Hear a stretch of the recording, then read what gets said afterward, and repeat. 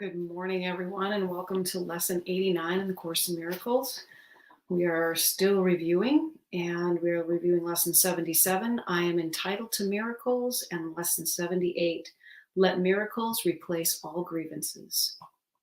I am entitled to miracles.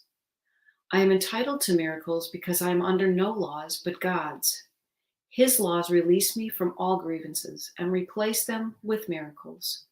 And I would accept the miracles in place of the grievances, which are but illusions that hide the miracles beyond.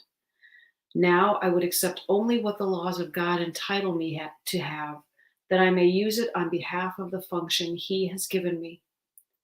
You might also use these suggestions for specific applications of this idea.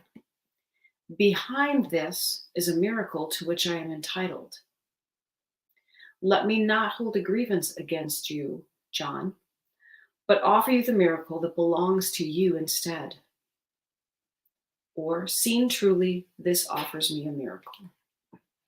That is the review for the first half of the day. For the second half of the day, let miracles replace all grievances. By this idea do I unite my will with the Holy Spirit's and perceive them as one. By this idea do I accept my release from hell. By this idea do I express my willingness to have all my illusions be replaced with truth, according to God's plan for my salvation. I would make no exceptions and no substitutions.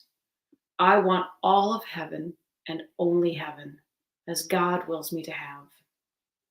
Useful specific forms for applying this idea would be, I would not hold this grievance apart from my salvation. Let our grievances be replaced by miracles, John, Susie. Beyond this is the miracle by which all my grievances are replaced. When we realize that a miracle is a shift in perception, we understand that we are entitled to changing the way that we are looking at things from that dark and scary perspective to the one of the light. It is our right to live and to perceive heaven.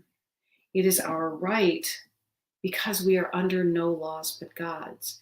The only problem we are having is that when we create a grievance in our mind, we are denying those laws of God and we are working to go against those laws.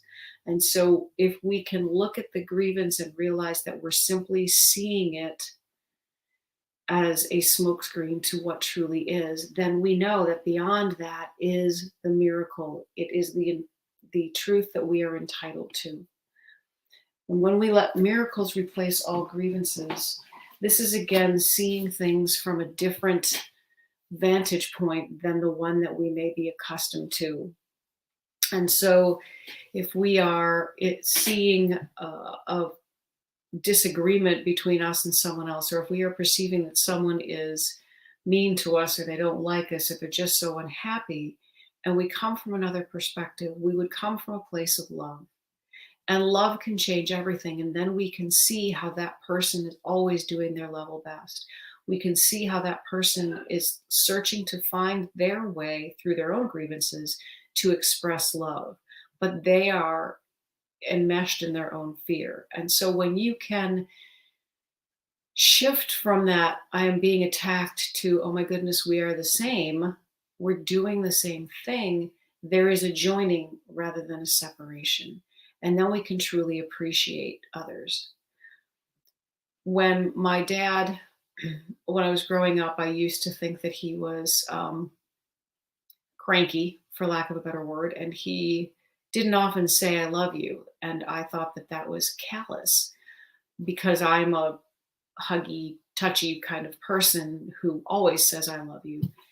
And suddenly one day as an adult, I realized that it was the way that my father was raised, that a man, a real man, was strong, didn't feel, but he was also the breadwinner. And so my dad's idea of really loving us was providing for us. And when I let a miracle in changing that perception, that I suddenly saw how deeply he loved us, how deeply he was working to provide for us and be the perfect man, all of my grievances were eliminated. And that was the fact that I was entitled to the miracle. I was entitled to changing my perception. I wasn't willing to see it until that moment. And when I made the decision to receive the miracle eliminated the grievances immediately. And I saw a more loving man than I ever had. And then all of those stories that I had heard about my dad and what a wonderful guy he was when I saw the cranky guy all made sense, because he truly was a loving man. He just was struggling in his role as dad because he felt so responsible. And so that's just one idea of, you can see something from a completely different angle and it will completely change what you are seeing. Okay, now for Tina Spalding's review. You are blessed beings indeed. I am that one that you know as Jesus. All of you know what a grievance living in your mind feels like. It is indeed hell. Everything fades away. If the grievance or the upset is a big one, you literally do not even see your surroundings. You might be driving your car and you go for several miles before you realize you have been in a fantasy in your mind, in a fight with somebody or an argument. Of course, you always win. When you see yourself win an argument, you can determine from that fantasy, which you generate from your own mind, nobody else is there, just you, your mind, and your beliefs. You believe that to attack back and win an argument is your salvation. That is what the fantasy shows you. It shows you believe you have to win. You think the grievance is worth it because in the battle, the fantasy battle you have at times in your mind, you win and become the victor. It perpetuates separation when you witness your mind doing these kinds of things. We want you to interpret what truly goes on in your mind when you have a grievance and you regurgitate it over and over in scenes in your mind about that person. If you are in your ego mind at the time, you will say, well, no, that's what the person does. I'm justified in this. I've seen them do this and they will do it again. This is how the ego justifies the fantasy in the mind. As a good student in A Course in Miracles, you realize that image, that movie you watch, comes from no one but you. In that moment, nobody else is in the car or the room with you. The scenario is purely a figment of your own imagination, and you participate in it because you want it. You want the battle, you want the fight, you want the grievance, and you want to win. All you do is attack yourself now instead of attacking the other being.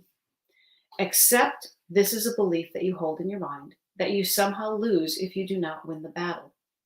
If you give up the grievance, your ego says you lost. But all you lose is the loss of peace. You lose the fantasy movies in your mind that entertain you and plant the seeds of war with that person. You get back to a place of peace where you intentionally and consciously create a more loving relationship with that person. When you offer up a grievance with a particular person for healing, as you do in the lessons here, we want you to understand you only gain. You gain a happier future. You gain, therefore, less stress, which means a healthier experience within the body. Temporary and illusory as it is very real for you right now. You sow seeds that you get to harvest in the future because you act in love. Make sure you understand that grievances are hell creating in the sense that you lose your peace. I'm going to reread that. Grievances are hell creating in the sense that you lose your peace. Sometimes you actually lose your presence. There is nothing worse in the world than for a human to be deeply involved in a grievance because it is detrimental to all levels of your experience here. I am that one that you know as Jesus, and we will speak to you tomorrow. It's amazing that most grievances really do live in our head, that all grievances live in our head, truthfully, and that so little of them can actually be played out because we go over and over and over and over things in our mind.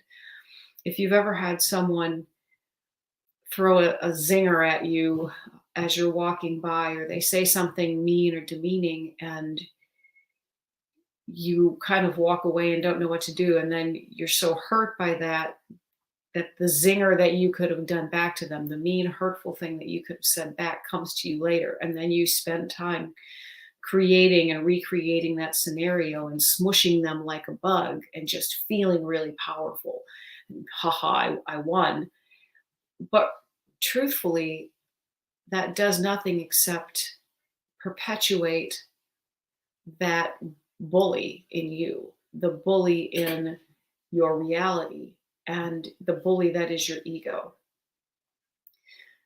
When we hold grievances and we play them over and over in our mind, consider the amount of time that we spend, the amount of peace that we lose,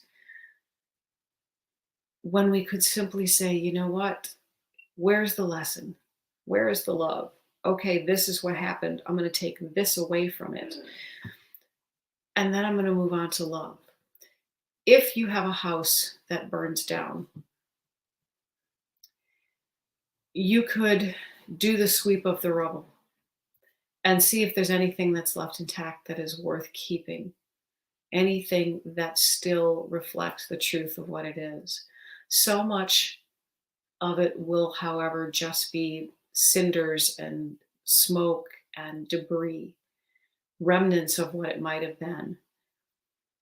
With grievances, we would continue to dig through the rubble, but we wouldn't be looking for the gems of love. We would be looking for any shards of glass. We would be looking for the way that we've been hurt. We would be looking, see this lipstick, it used to be a wonderful thing. This chapstick was great, and now it's all melted and there's nothing in it. And we would focus on the fact that there's no chapstick in this anymore. And we would focus on this so much with that grievance that we would be missing the fact that our jewelry box was right next to that, and it somehow had survived and it was all intact.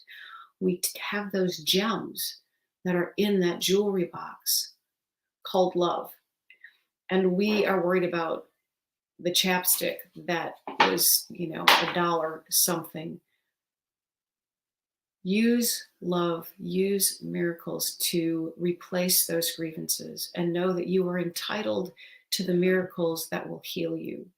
And so it is only your refusal.